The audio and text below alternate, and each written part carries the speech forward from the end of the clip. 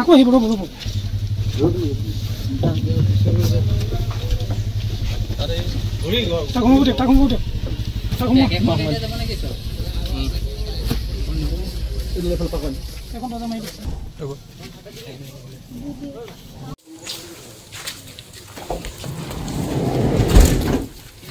ভিতৰত পিছলৈ মা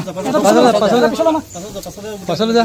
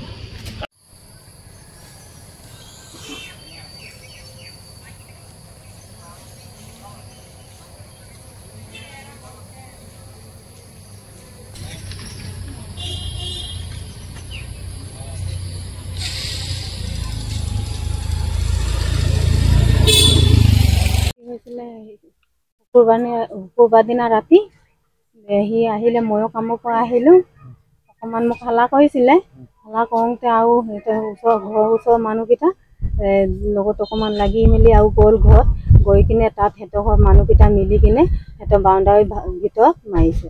আপোনালোক কি কেনেকৈ লাগিছিলে মানে মোক দেৰি হ'ল বুলি কৈছিলে ধান ৰুবলৈ গৈছিলোঁ অকণমান দেৰি হ'ল ঠিকা ধান ৰুবলৈ গৈছিলোঁ কৈছে ইমান দেৰি কেলে বুলি ক'লে কৈছোঁ যে ঠিকা ধান ৰুলোঁ মালিকটো ইয়াত নাথাকে অকণমান দেৰি হ'ল বুলি ক'লে তাৰপাছত সেইফালে পৰা আহিলে আহি কিনে মোক মাৰিব বিচাৰিছিলে দে সেই মানুহজন জেহেলত আছে দে সেই মানুহজন ক'লে দে বৌ কেলে মাৰিবি বুলি ক'লে আকৌ তো আহি সি ওলালে নহয় তাৰপাছত সেই তাক মানে দে এটা দাও ধৰা আছিলে ঘৰত গৈছিলে দাওটো লৈ আনিছিলে ঘাঁহ কাটিম বুলি মানুহটোৱে লৈছিলে ক'লে দে দেউতাক দে মই ঘাঁহটো কাটিম ঘৰত ঘাঁহ কাটি মেলি আৰু আনি দিম বুলি ক'লে সেই দাওটো লৈ কিনে গৈছিলে নহয় তাৰপিছত চাইকেলো আছিলে ওচৰত তো সি চাইকেলটো কোনে মাৰিলে দে তাক মানুহটোক সি মানে এনেকুৱা হেৰি ঝাঁকি দিলে দে চাইকেলটো হেৰি কৰি দিছে সেই মানুহজনে কিয় মাৰিলে কিয় গম পাই সেই মানুহটো আপোনাৰ মানুহজনে সেই মানুহজনে কিয় মাৰিলে হেৰি লাত মাৰিছে ঘুচিয়াইছে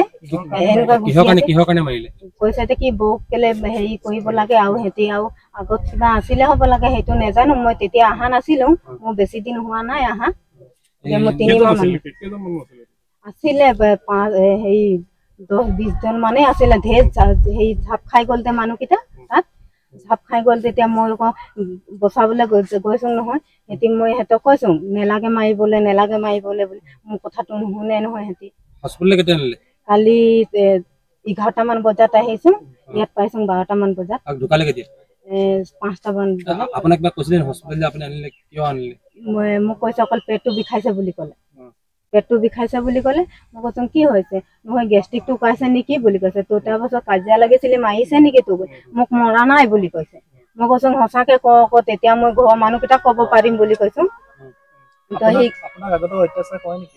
এনেকুৱাতো নকৰে খালি অকল হাল্লা কৰে ধৰিছে থানাতে আছে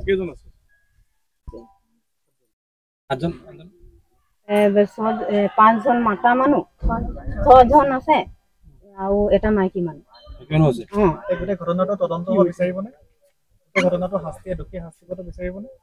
বিচাৰিব লাগিবতো এতিয়া মোৰ ল'ৰা আছে আৰু মই অকলীয়া হৈ গ'লো এতিয়া মানুহটো নাই কি ক'ব আৰু কি ক'ব আপুনি পুলিচক কি ক'ব আপুনি এতিয়া মোক এতিয়ানো ভালকে বিচাৰ কৰিব লাগে নেকি বিচাৰটো কৰিব লাগে মানুহটো এনেকুৱা মাৰিলে দে কি ভৰি হাত ভাঙি দিলেও ভাল লাগিলে হয় সিহঁতি মাৰিয়ে দিলে একেবেলি মাৰি দিলে মৰায়ো দিলে এতিয়া ঘটনাটো সংঘটিত কৰিলে আপুনি এটাকেইজনক চিনাক্ত কৰিব পাৰিবনে বা চিনি পায়নে তেওঁলোকক?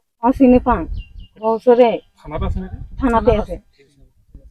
সিদিনা দাদা ৰাতি দলং ওপৰত ঘৰৰ ওচৰৰ মা এটাৰ লগত তৰ্কাতৰ্কি হ'ল। তাৰপিছত দাদা তাৰ পৰা আমাৰ ঘৰলৈ গুচি গ'ল। তাৰপিছত আমি বেলেগ বেলেগ থাকোঁ, ককাই বেলেগকৈ থাকে, মই বেলেগকৈ থাকোঁ। ককাই আমাৰ ঘৰৰ পৰা 1 কিলোমিটাৰ অকণমান দূৰত থাকে। তাৰপিছত যোনটো মানুহৰ লগত কাজিয়া লাগিলে দাদা সেইফালে দিয়ে গৈছিলে আৰু সেইফালে দিয়ে যাব লাগে, বেলেগ ফালে ৰাস্তা নাই, বহুত দূৰ আছে ঘূৰিবলৈ। আৰু সেইফালে দি গৈছিলে, সিহঁতি ৰখি আছিলে বুলি কৈছে। 7টা মানুহ ৰখি আছিলে বুলি কৈছে, তাৰপিছত মাইকী মানুহ আছিলে বুলি কৈছে। 8জন। 8জন। তাৰপিছত দাদা তাত গৈছিলে বুলি কৈছিলে, দাখন লৈ আছিলে বুলি কৈছে দাদা। তাৰপিছত গান গাই গৈ আছিলে বুলি কৈছে। তাৰপিছতে ধৰি পিনি দাদাক বুলি কৈছে, তই এনেকৈ কবি বুলি কৈ বোলে ধৰি পিনি মাৰিছে এনেকৈ বুলি কৈছে। মানুহগৰাকীৰ লগত বৌ কিবা ক'লে বুলি কৈছে দাদা, যে তৰ্কবাদী হ'ল বুলি কৈছে। সেইটো নহয়, সেইটো মানে সিহঁতি বেলেগ কেনেকৈ প্লেন বনাই ল'লে আৰু দাদাৰ লগত কাজিয়া লাগিছে। সেইটো কাৰণে এতিয়া আমাৰ আগৰটো নাছিলে কাজিয়া। বৌ তাহাঁতৰ লগতে আছিলে।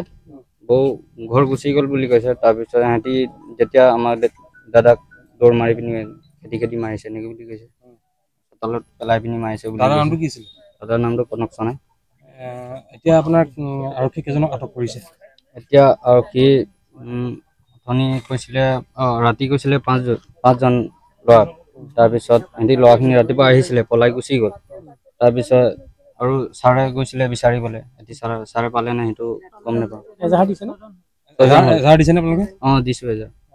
আমাক এইটোৱে ন্যায় লাগে যে আমাৰ বৌ এতিয়া তাৰ ল'ৰা এটা আছে বা আমাক বহুতো কাম কাজ কৰিব, আমাৰ এইটো চাকৰি কৰা ল'ৰা নহয়। এতিয়া আমাৰ বৌ কেনেকৈ চলিব? মই একো গম পোৱা নাই। বৌ ৰাতি মোক ফোন নকৰিলে, মোক কৈছে যে 1 তাৰিখে ঘটনাটো হ'ল, কাইলৈ হস্পিটেল আনিলে। তাৰপিছত যে কৈছে দাদাক মোক 3টামান বজাত ফোন কৰিলে, মই ডিউটিত আছিলোঁ। সি কৈছে যে দাদাক এনেকৈ তেনেকৈ মাৰিলে বুলি কৈছে সিহঁতি মানুহে। তো মই ক'লোঁ যে আগতে ক'ব লাগিছিলে, আগতে কেলৈ নকলি এনেকৈ বুলি কৈছে। যে দাদা মনা কৰিবলৈ কৈছে এনেকৈ বুলি কৈছে।